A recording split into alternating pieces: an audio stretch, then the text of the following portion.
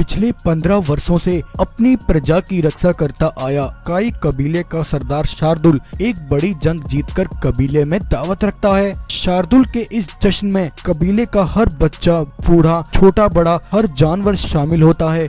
सभी मजे से अपने सरदार के साथ भोजन का आनंद लेते हैं। लेकिन तभी एक अनहोनी हो जाती है। सरदार शार्दुल भोजन करते ही अचानक बेहोश होकर जमीन पर गिर जाता है और उसके मुंह से खून बहने लगता है। अचानक हुए इस हादसे से शार्दुल का बेटा राजवीर और सभी जानवर हक्का बक्का रह जाते हैं। पिताजी, पिताजी, ये आपको क्या हो गया?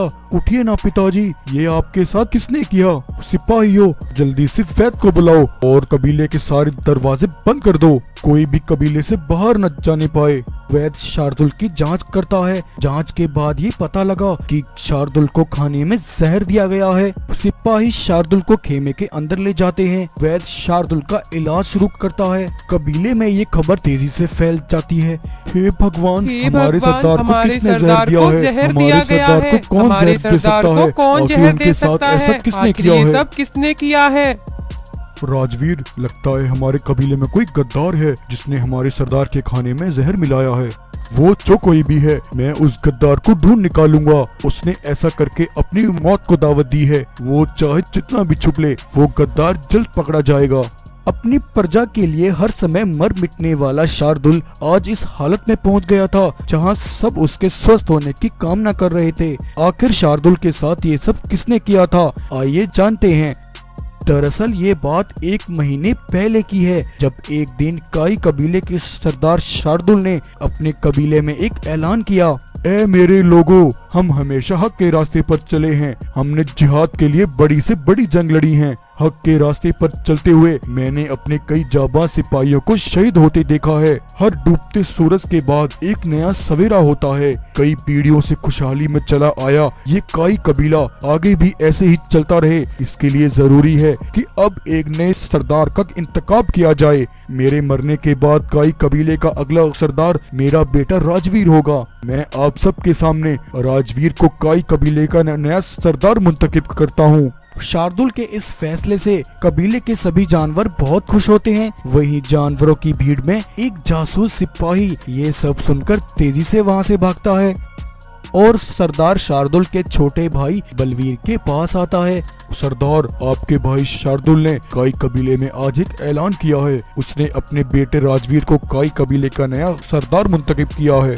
ये सुनकर बलवीर के सीने पर जैसे सांप लौट जाता है। मुझे मालूम था वो मेरे साथ ऐसा ही करेगा। वो बचपन से अब तक मुझसे मेरा हक छीनता आया है और आज भी उसने मेरे साथ वही किया। अपने छोटे भाई के जिंदा रहते हुए भी उसने अपने बेटे को सरदार का ओहदा दे दिया। लेकिन अब बहुत हुआ, अब मैं उसे अपना हक छीनने नहीं दूंगा। जो मेरा है मैं उसे किसी और का नहीं होने दूंगा।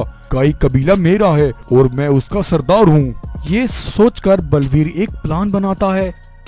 वो एक जहर बनाने वाले तांत्रिक के पास आता है और उससे एक ऐसा जानलेवा जहर तैयार कराता है जिसकी एक बूंद भी हंसते खेलते शरीर को बेजान बना दे। बलवीर तांत्रिक से वो जहर बनवाकर अपने सिपाहियों के पास आता है और शार्दुल के सिपाही जैसी एक नकली खाल ओढ़ लेता है। मुझे आज रात ही इस काम को अंजाम देना होगा। सिपाहियों, तुम सब तैयार रहना।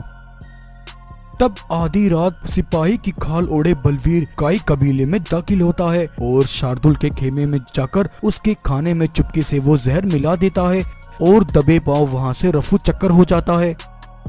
अगली सुबह जब शार्दुल उस जहर आलूदा भोजन को चखता है तो उसकी ये हालत हो जाती है और आज बलवीर के इसी खेल का शिकार बनकर शार्दुल अपने कबीले में जिंदगी और मौत से लड़ रहा था। उधर बलवीर एक खंडर में आकर अपने सिपाहियों से कहता है, साथियों, मुझे अब कबीले के लिए निकलना होगा। राजवीर को मुझ पर शक हो सकता है। ये कहकर बलवीर फौरन अपने कबीले आता है और अपने भाई के बेटे राजवीर से मिलता है। बेटा राजवीर, ये मैं क्या सुन रहा हूँ? आखिर भाई के साथ ऐसा कौन कर सकता है? मेरे भाई को किसने जहर दिया है? मेरे भाई को कौन जहर दे सकता है? बलवीर चचा, इसका भी जल्द पता लग जाएगा। वो गद्दार हमारी कबीले से ही है। मैं उसका जल्द पता लगा लूंगा और उस गद्दार को ऐसी दर्दनाक मौत दूंगा कि सारा जमाना याद रखेगा। हाँ बेटा, ऐसा ही होगा। वो गद्दार जो भी है, मैं उसे जिंदा नहीं छोड़ूंगा। बलवीर शार्दुल को देखने उसके खेमे में आता है अब कैसा है मेरा भाई? वैद बताओ मुझे, हमारे सरदार को कब तक होश आएगा? बलवीर सरदार, महाराज को जो जहर दिया गया है वो बहुत ही खतरनाक है। इस जहर का अभी तक कोई तोड़ नहीं निकल पाया है। महाराज की सांसें धीरे धीरे कम हो रही हैं। बलवीर ये सुनकर मन ही मन बहुत खुश होता है। इस जहर का कोई तोड़ नहीं है और जब तक तुम इस जहर का कोई तोड़ निकालोगे तब तक तुम्हारा प्यारा सरदार तुम्हें छोड़कर जा चुका होगा। बलवीर के वहां से जाते ही वैद राजवीर को शार्दुल के खेमे में बुलाता है। राजवीर, सरदार को जो जहर दिया गया है उसका पता चल चुका है। कोई हमारी बातें ना सुन ले, इसलिए मैं ये बात सिर्फ तुम्हें बता रहा हूँ। ये जहर बहुत खतरनाक है और इसे बनाने वाला सिर्फ एक ही शख्स है। यहाँ से कुछ दूर एक पुराने खंडर में एक तांत्रिक रहता है। ये जानलेवा जहर सिर्फ वही बना सकता है। जिसने भी सरदार को मारने की साजिश की है उसने ये जहर वहीं से तैयार कराया है। इस जहर का तोड़ और असली गद्दार का पता तुम्हें वहीं से मिलेगा।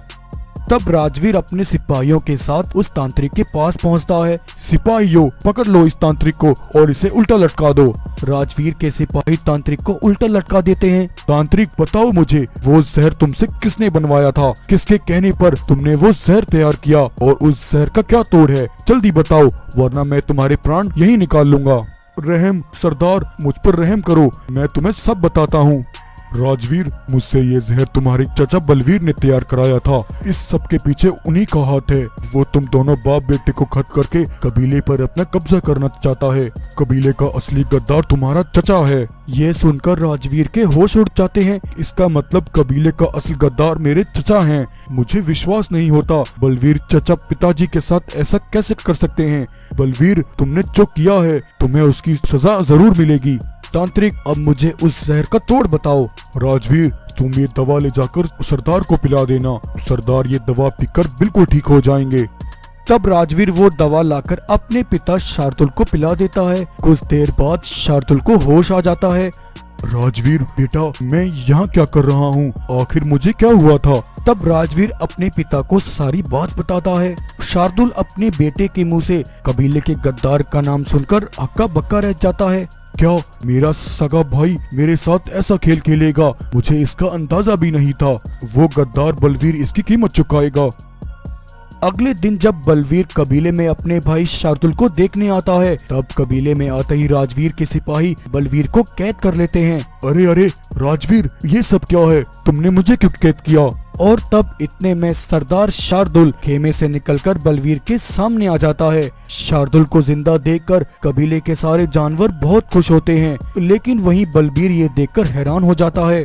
शार्दुल, ये क्या? तुम जिंदा कैसे बच गए? बलवीर, मारने वाले से बचाने वाला हमेशा बड़ा होता है। तुम्हारा पर्दाफाश हो चुका है। तूने सरदारी के लालच में आकर मेरी पीठ पर जो खंजर घोंपा है उस गद्दारी की सजा सिर्फ मौत है। तब शार्दुल और राजवीर मिलकर बलवीर को सूली पर चढ़ा देते हैं और उसकी मौत को कबीले के लिए इबरत का निशान बना देते हैं। और इस तरह आज काई कबीले का सरदार शार्दुल कबीले के असल गद्दार को सजाए मौत देकर अपने कबीले के लिए एक नई मिसाइल कायम करता है। और फिर शार्दुल आज राजवीर को काई कबीले का नया सरदार बना देता है। तो ये कहानी आपको कैसी लगी हमें कमेंट करके जरूर बताएं। अगर कहानी पसंद आई हो तो वीडियो को लाइक करें और ऐसे ही मजेदार कहानियां देखने के लिए हमारे चैनल को सब्सक्राइब करें।